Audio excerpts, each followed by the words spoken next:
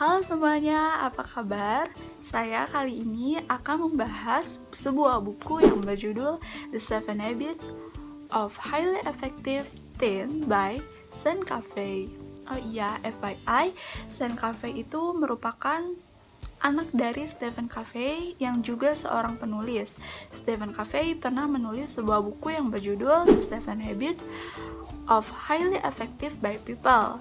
Keduanya sama-sama membahas tentang habits, namun yang Sean Covey ini tuh lebih berfokus pada remaja, teen. Tuh. Nah, dalam bukunya Sean Covey mengemukakan ada 7 kebiasaan efektif remaja yang bisa menjadi alat bantu untuk menghadapi kehidupan nyata. Karena sesungguhnya kehidupan remaja itu bukan lagi taman kanak-kanak, melainkan hutan belantara. Nah, kira-kira apa sih 7 kebiasaan itu? Check it out! Kebiasaan pertama, menjadi proaktif. Apa sih proaktif itu? Terus kenapa juga kita harus proaktif? Jadi gini ya teman-teman, proaktif itu berarti kita berpikir dulu sebelum bertindak. Nah, orang-orang proaktif ini tuh bisa menentukan pilihan-pilihan melalui nilai-nilai. Orang proaktif juga bisa mengendalikan reaksi mereka walaupun mereka tidak bisa mengendalikan segala sesuatu yang terjadi pada diri mereka. Nah, kebiasaan pertama ini tuh menuntut kita untuk bertanggung jawab atas hidup kita sendiri.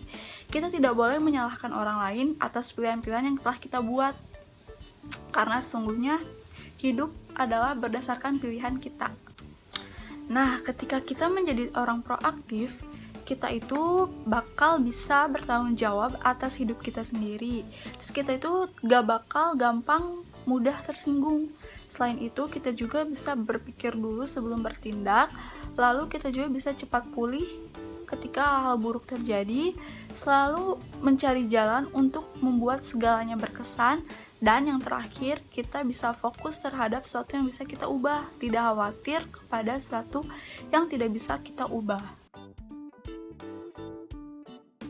Kebiasaan yang kedua yaitu merujuk pada tujuan akhir. Kebiasaan dua ini itu menuntut kita untuk bisa segera memulai merenungkan tentang tujuan akhir dari hidup kita ini tuh mau dibawa kemana. Ketika kita sudah menjadi pengemudi dalam hidup kita, segeralah kita tentukan mau dibawa kemana hidup kita ini itu.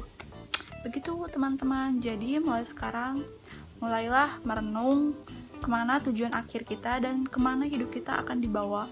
Setelah kita merenung dan menemukan tujuan akhir kita, buatlah peta untuk sampai kepada tujuan akhir kita tersebut.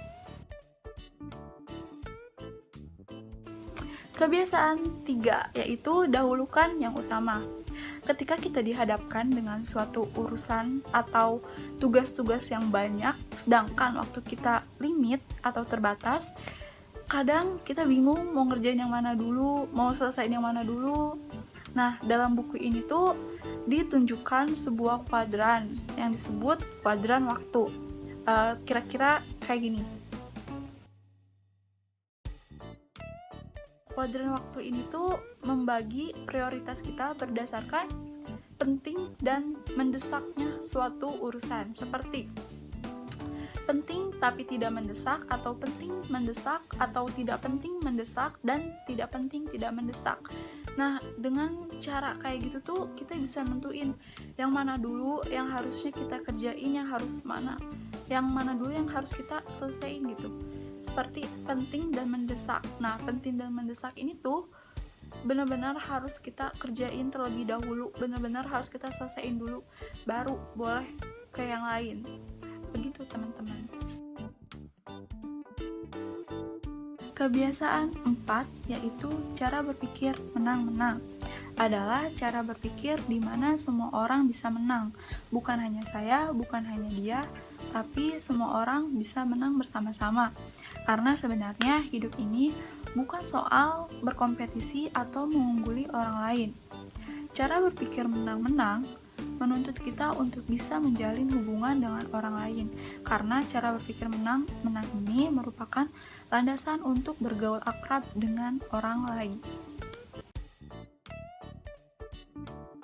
Kebiasaan 5 adalah berusahalah untuk memahami terlebih dahulu sebelum dipahami. Kenapa? Karena kebutuhan paling dalam dari dalam hati manusia adalah untuk dipahami. Ketika kita dihadapkan dengan seseorang yang sedang bercerita atau berbicara, ada baiknya kita dengar terlebih dahulu sampai akhir, sampai si orang tersebut menyelesaikan ceritanya. Jangan diinterupsi di tengah atau tiba-tiba memberi respon di tengah, karena itu akan memicu salah paham dan nantinya malah terjadi pertikaian, lalu terjadilah permusuhan. Jadi ada baiknya memang dipahami terlebih dahulu dan didengarkan sampai akhir. Kebiasaan 6 yaitu wujudkan sinergi. Sinergi itu memanfaatkan perbedaan, keterbukaan pikiran, kerjasama, dan mencari cara baru untuk hasil yang lebih baik. Sinergi tercapai kalau dua orang atau lebih bersama-sama mencari cara yang lebih baik ketimbang kalau sendirian. Kita sebagai makhluk sosial tentunya perlu mewujudkan sinergi dalam kehidupan sehari-hari untuk menciptakan kehidupan yang lebih berseri. Kebiasaan 7, asahlah gergajimu.